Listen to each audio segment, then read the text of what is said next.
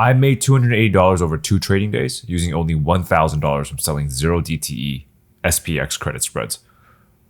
It may not seem a lot, but it's 28% ROI over 2 days. Welcome to the channel. This is Credit Spread Investing, where I show you my real life trades and the thought process behind them so that you too can learn and do it yourself if you do want to trade. Make sure you like this video and subscribe to the channel so that you don't miss a video in the future and become a well-rounded trader and investor. Like always, let's start with the trade first. Then we'll jump into the technical deep dive of those trades. First trade was on May 30th. It was a SPX 4225 call credit spread for a credit of $95, and I paid $20 a debit to get out of it, resulting in a $75 per spread profit. I was only trading with $1,000, so I sold 2, which resulted in a $150 profit or a 50% return on capital or return on investment. The second trade, which was also a SPX 4195-4220 call credit spread in the same direction as the first one, for a $130 credit and a $65 debit, resulting in a $65 profit per spread. Again, sold 2 since I was only trading with $1,000, which resulted in a $130 profit or a 13% return on capital that day. So I guess the first takeaway here is I only took 2 trades this week. I was actually on vacation in the mountains in Calgary and wasn't able to get reception. I also didn't want to trade while I was on vacation the whole time. But a 28% week is not a bad week at all. Jump into the trades now. If you guys haven't checked out this video linked in the upper right hand corner, this is essentially my trading system. It's a system called MAC, and I do this for every trade, or at least I try to do this for every trade. Just a quick overview: M stands for market trend, A stands for area of interest or value, and C stands for criteria of entry. We want to know what the market trend is, so we know if we're going with the trend or against the trend. We want to know what the area of value is, or the area that we're looking at. C, the criteria of entry, is what allows us to enter these trades, right? And by following these 3 setups, you're able to maximize the probability of finding these good trade setups. So make sure you guys check that video out. Again, linked in the upper right hand corner. So I like to start on a daily just to get a better understanding of the macro trend. Again, we're day trading here, so the macro trend isn't that important, but we want to make sure that we understand what we're trading into. The first thing that stands out here is that we're kind of in a long-term channel, maybe a short-term consolidation. We're at this 4120. You can see a resistance here, a resistance here. Now we're just covering at this 4220, 4200 level. We're in this area of resistance right now, right? And in the short term, we're in this consolidation period, right between this 44,000 and 4,200. So around a 200-point difference between the top and the bottom. We're trading these last 2 days right here, so 530 and 531. So now what I like to do after that is to just drop it down to my 30, and I trade on the 30 and a 5. And I start on the 30 just to get a better understanding what the area is, right? You understand what the trend is now. Now we got to understand what the overall short-term trends are and what the areas of values are. One level that I would obviously draw here, and you should only draw the most obvious ones, is this level right here as a support around 4,100. Something very similar to what you saw on the daily. Now on the 30, you just see a little bit more information. So I would just draw, again, these are areas, but I'm just going to draw a line for simplicity's sake, and right around here. Another pretty obvious one is here. This is the previous resistance. And you can see that you can probably draw it right around here, right? The previous high into this area right here, 1, 2, 3. So I would draw one right here as well. And one thing to note, again, these are all areas of value. These are not lines of value. So even though this is a line, a hard line, you should never just take it as is. Like you hit it and you enter a trade, right? These are just areas that you would be eyeing in order for you to enter a trade. And the cool part about this is, as you can see on the daily, that this lines up really close with these dailies. So these are high value areas, right? People are eyeing it because there are daily areas. These are 30-minute areas. These are daily trends and 30-minute trends. And so there's going to be a lot of people eyeing it. So there could be a large move coming out. What we're going to do is we're going to drop it down to the 5 and see if there's good criteria of entry for us to enter. And what we're looking for here is like bullish engulfing candlesticks, bearish engulfing candlesticks, a break of structure like a lower high forming. All right, so this is the 5. So this is the Monday that I didn't trade because it didn't enter my area of interest, right? And if you go to the 5-minute, there's really no, I guess, criteria of entry for me to enter, so I didn't trade that day. Tuesday, 5:30, it gapped up into this 4230 level, right? And now I'm interested in trading. You can see the difference in mentality here. I'm like, okay, even though this one's close enough, I don't want to trade it, and I want to have a better timing. Kind of a stark difference here, but sometimes I know it's really hard because I always kind of tend to be like, oh, well, it's close enough, right? And this is where your system really comes into play.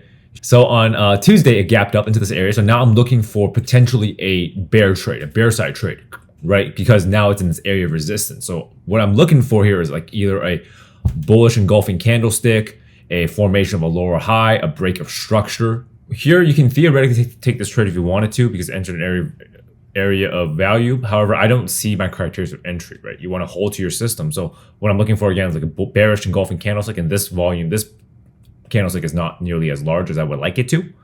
And so I just waited. To see whether or not there's a better signal for me to enter. You can trade right around here is another area where you can theoretically trade. This is potentially a formation of lower high. So you could theoretically enter right here because this is a bearish engulfing candlestick. It looks relatively strong. Second candlestick confirmed it. But what I'm looking for here is a break of this previous low. That shows me sustained weakness, right? This is not a bad trade. You can theoretically trade this, but I want to be a little bit more certain that this weakness is breaking, right? Because this is still an uptrend. I want the uptrend to subside before I enter a bearish trade. Right now, if this is a long-term downtrend, then I think trading this will be fine for that break of the low. And right around here is when it broke. You see that at 8:15? This candlestick is where I entered, right here. I sold that 42.20, 42.25 credit spread, right? 42.20 to 42.25 above this previous high, right on this candlestick right here. Collected $95, which is around 18% for that entry. This is the most important part, taking your take profit and stop loss. A stop loss is if it ever breaks up but above this previous high, indicating that the short-term downtrend is no longer true, I would exit. And what I use 1 ATR, right? So 1 ATR is around 5 points, so 22.25, 22.30 is when I would exit. And my take profit's a little bit looser. I would say around the 200 period moving average. So what I like to do is as the move goes down here, I like to move my stop losses down as it goes on. So the moment I enter this trade, I started winning right away. Right? The market continued to go down, and formed a lower low here. So what I would do here at this point is once it formed a lower low, my stop loss is now 1 ATR above this previous high. Previous high is here, so 22.10 plus 5 ATR, around 4 now, around 4 points, is 42.15. So that's my new stop loss. If it ever breaks that, then I would get out. As it kind of got into this area, right here, I think this is where I actually got stopped out at 42.15. Yeah, right here is when I got stopped out. I exited, but the day continued to go down, right? So theoretically speaking, like I could have played this a little bit more risky. Like I could have opened up my stop loss a little bit more, but I was like, I'm already up 76% on my total credit. Why risk it, right? So I just took the profit and I ran with it, right? Obviously, if I had not, I would have made 100% profit, which would have been $190, which is just $40 more than what I would have collected. But again, the beauty of credit spreads is that it doesn't actually have to hit a realized take profit level. You can just let it expire out the money. So you can be a little bit looser with your take profits than you would if you're buying options. Okay, so we'll move on to the second trade, maybe a continuation of the downtrend. And here is another example of how you can use different time frames to trade. And now because it exited my area of value on the 30 minutes, it's probably unlikely that it will hit my area of value again on the 30. So I can look for area values on the 5 now. And so what a good area of value would be here around 42.14, because that's the previous high, and a low of 41.90, which is the previous support. 531, it broke down, right? So we're in this area of support potentially turning into resistance. And you're looking for signs of weakness here. And right off the bat, you can see this is a very good entry right here on this candlestick because one, it rejected right off of this level at 41.95. I entered a trade right here. I collect at 41.95, 42.20. I collected $130 on this one spread at the next candlestick open on this candle right here. And I just let the market kind of run down, right? My stop loss, again, just double check to make sure that you guys always do this, is 1 ATR above this previous high, which is going to be around 41.95 or 4,200, right? If it ever breaks past that, I'll take my exit. If it ever doesn't, then I'll just let it run, right? And then as it goes down, you move your stop losses now. My stop loss is probably around 41.80 because that's the previous swing low. And right around 10.30 right here, it hit my stop loss. 10.35 right here hit my stop loss. And I exited the trade at 50%. So you see the market went up. It kind of tested 41.90, went back down. Now it tested 41.95 right at the previous high. and it closed lower, right? So theoretically, you could have said, yeah, I couldn't make max profit of $260 if I traded this day and then expire out. Yeah, you probably, maybe you sold out here, right? Maybe you sold out here. You could have maybe panicked. I don't know. But like, yes, right? You could have done that. But the whole point of having a system is that you let your system do the work for you and you kind of live with the pros and the cons. Because what happens if this actually didn't happen? What happens if it did break past this 41.95 high and shot up? Especially with credit spreads where your risk is always usually higher than your reward, is not worth it, right? Because if it broke past 41.95, your value of your spreads will be extremely high around this area and you'll start losing a lot more money. And so you want to make sure that you are gathering your gains and realizing them whenever there's signs of trouble.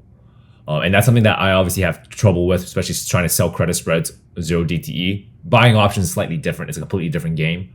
But in the case of credit spreads, you want to make sure that you are not taking on more unnecessary risk than you should. So those 2 days combined, $280, 28%.